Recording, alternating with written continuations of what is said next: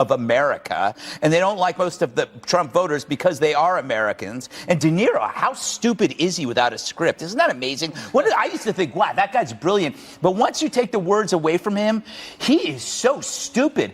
Then when he goes, impeachment will make America great again, and everybody's, how intellectually deprived he is. He's a coke-addled simpleton, without a script. It is hysterical. Greg Gutfeld didn't just clap back at Robert De Niro. He completely tore him apart with words sharper than any Hollywood script could dream of. In just a few electrifying minutes, Gutfeld shattered De Niro's outdated tough guy act, exposing the old-school arrogance he still wears like a faded badge from the 90s. What was supposed to be a grand statement turned into a total public meltdown, an on-screen implosion that had everyone talking. His secret weapon? A lethal mix of razor wit and raw truth that hit harder than any punchline ever could. With every line, Gutfeld sliced through De Niro's bloated ego, twisting decades of fake outrage into a blazing punchline that burned brighter than the reviews of his recent box office disasters. This wasn't some friendly exchange. It was a fiery takedown. And there stood De Niro, stunned and speechless, while Gutfeld, armed with smirks, precision, and cold facts, exposed the hollow noise behind all that theatrical fury. What a verbal knockout. Last night, an elderly, confused man went missing in New York. Luckily, a band of self-satisfied elitists found him babbling on the street, threw some pants on him, gave him a stage. Oh, my God. I'm going to say one thing. Trump.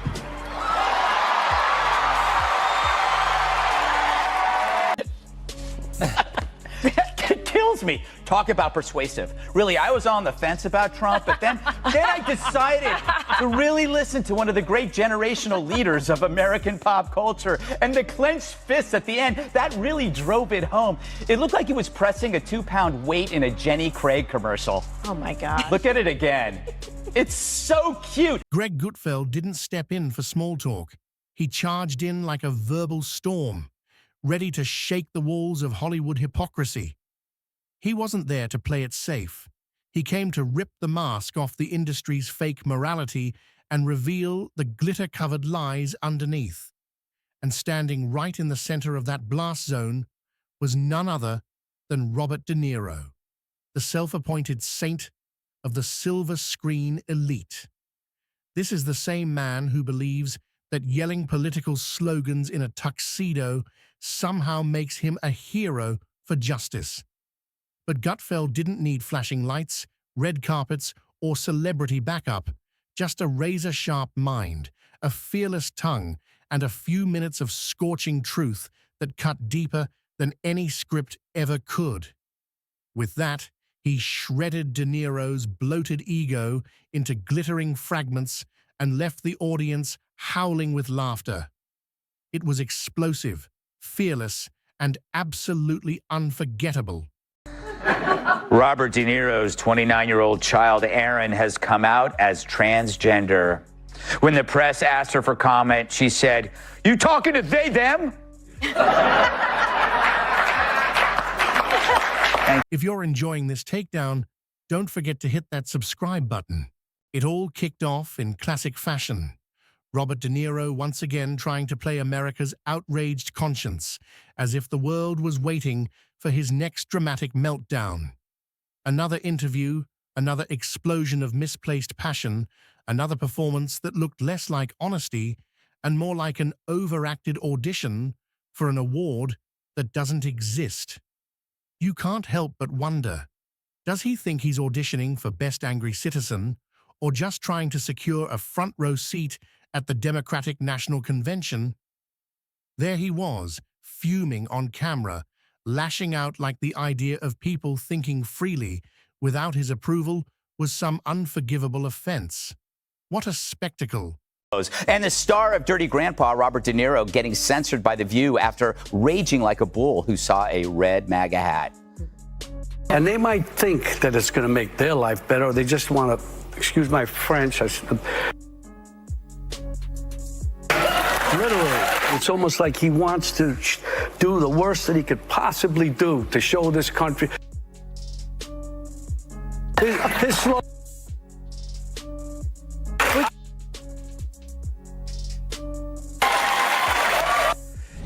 Jesse, I find that he's smartest when they drop his audio. Then came Greg Gutfeld, cool, calm, and wearing that trademark smirk that practically screamed, "This is about to break the internet." He kicked off with a jab, so quick and fiery, it stunned everyone.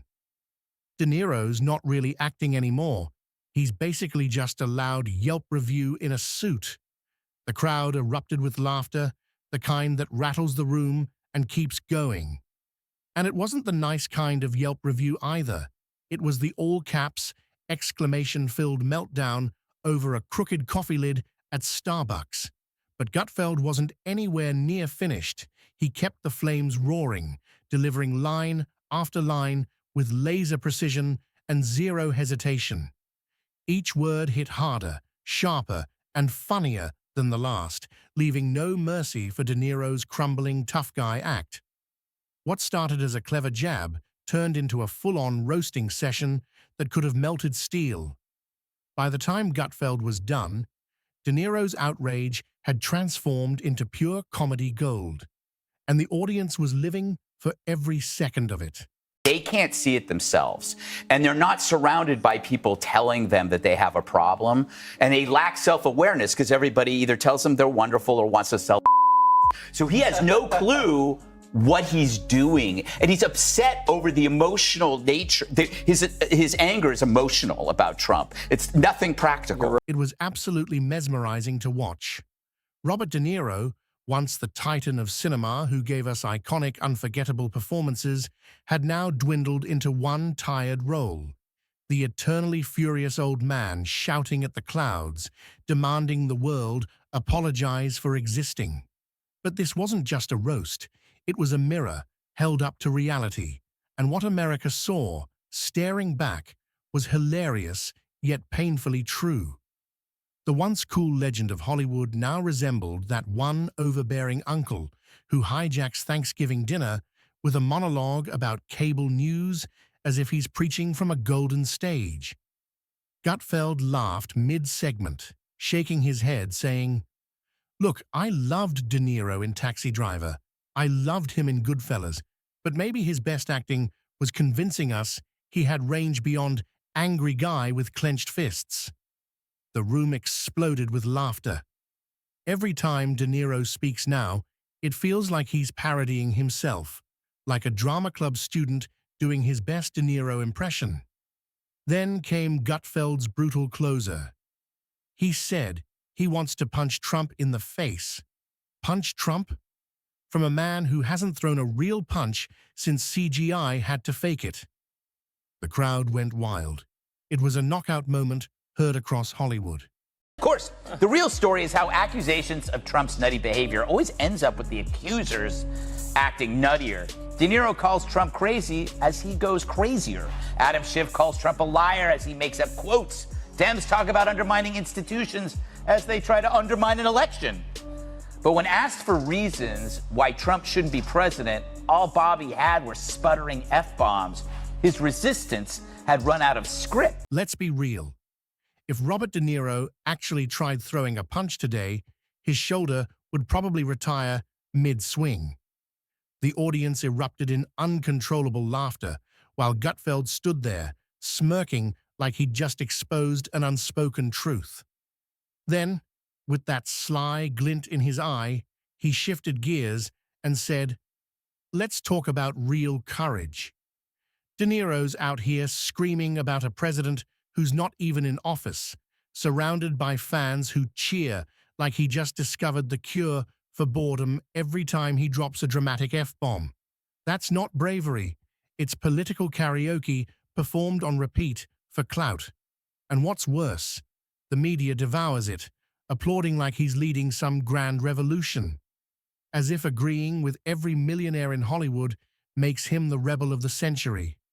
Please, De Niro's version of resistance looks more like reading off a teleprompter while wearing $4,000 shoes that cost more than most people's rent.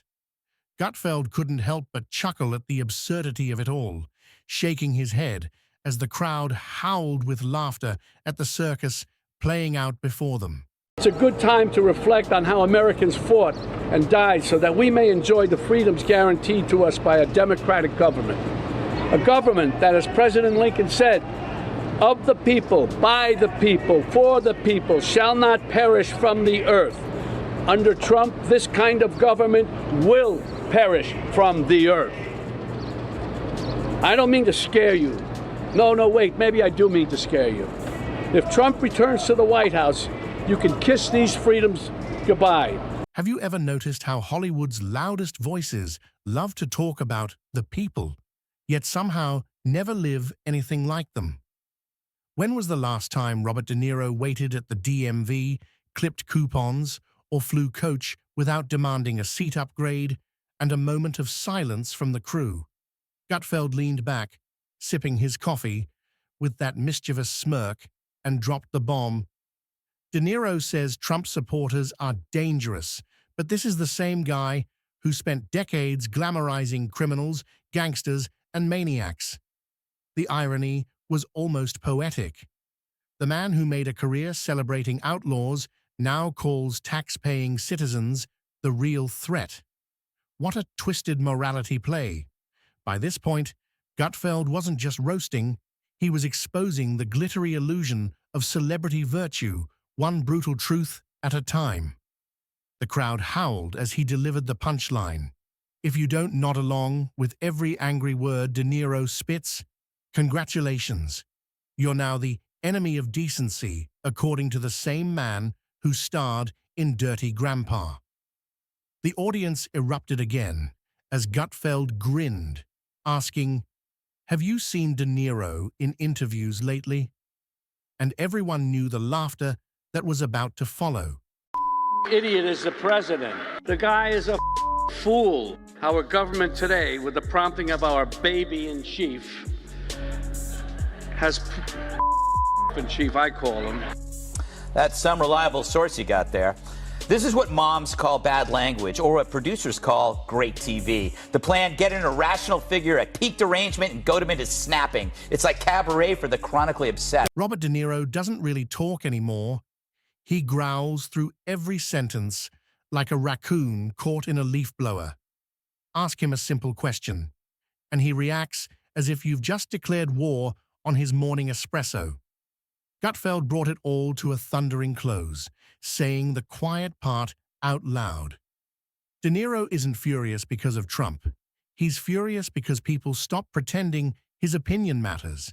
He's bitter because deep down, he knows the spotlight isn't shining on him anymore. It's dimmed, flickering, and fading fast.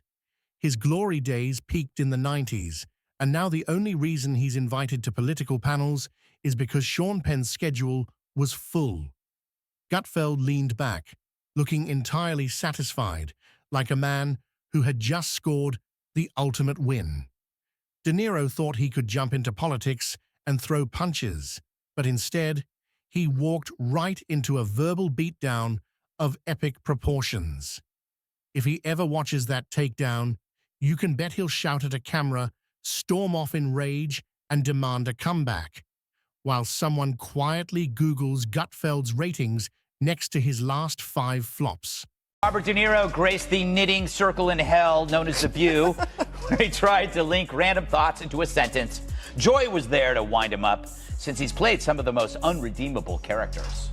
You have played some of the most really unredeemable characters. Travis Bickle. Travis Bickle was a psychopathic taxi driver.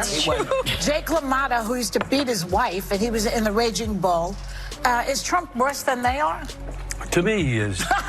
He has no understanding that I can see of the outside world other than anything around him. He has no idea of what his purpose in life is as the president should be, and that is to pull the country together, to be for the people, to heal wounds, not to open them up and pour salt on them.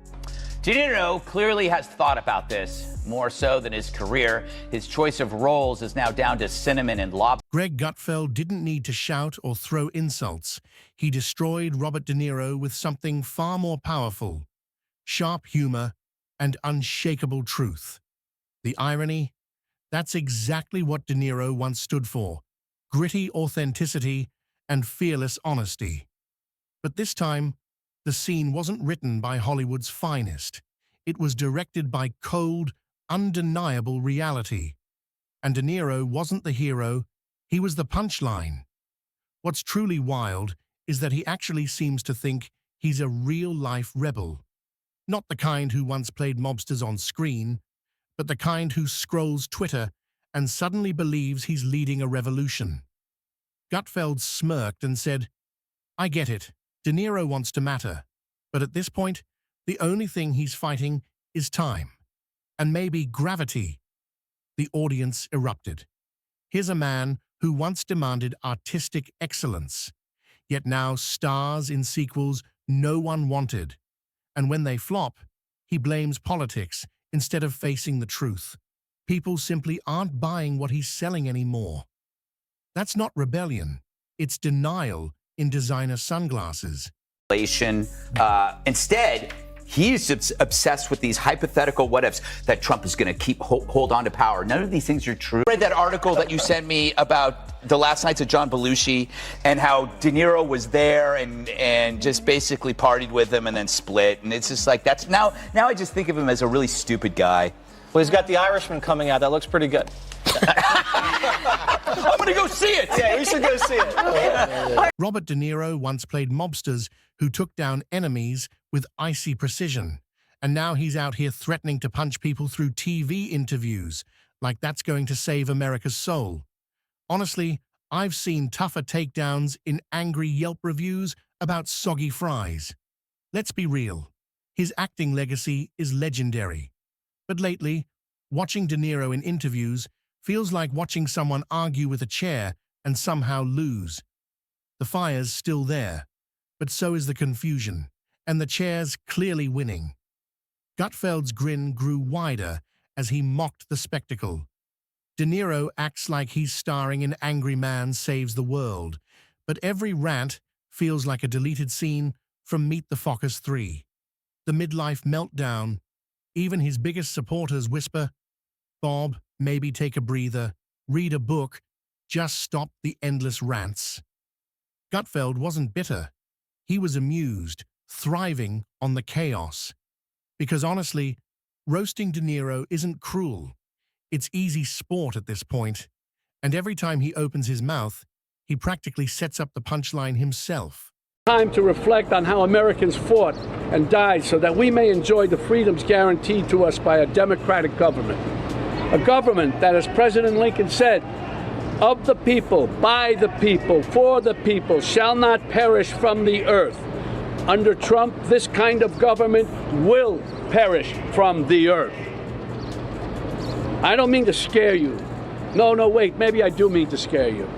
If Trump returns to the White House, you can kiss these freedoms. It's like watching slow-motion drama when a grown man throws a tantrum and calls it Shakespeare. Then, boom, Greg Gutfeld dropped the final strike. Not just a jab, but a verbal explosion that left the crowd gasping. De Niro thinks he's the conscience of America, Greg said, but he's not. He's the voicemail you skip, the ad you mute, the grandpa at dinner repeating the same story again and again. Only now, he's doing it in a resistance t-shirt, begging for applause from the same crowd that's long moved on. The truth hit hard. De Niro wasn't destroyed because of politics. He fell because he mistook volume for wisdom, anger for intelligence, and fame for immunity from criticism. Gutfeld came armed with punchlines sharper than any of De Niro's recent performances, cutting through ego like a blade through butter. De Niro roared with emotion, but Gutfeld countered with calm precision and cold, devastating facts. In the end, it wasn't just Greg who delivered the knockout, it was reality itself, and poor De Niro never even saw the hit coming.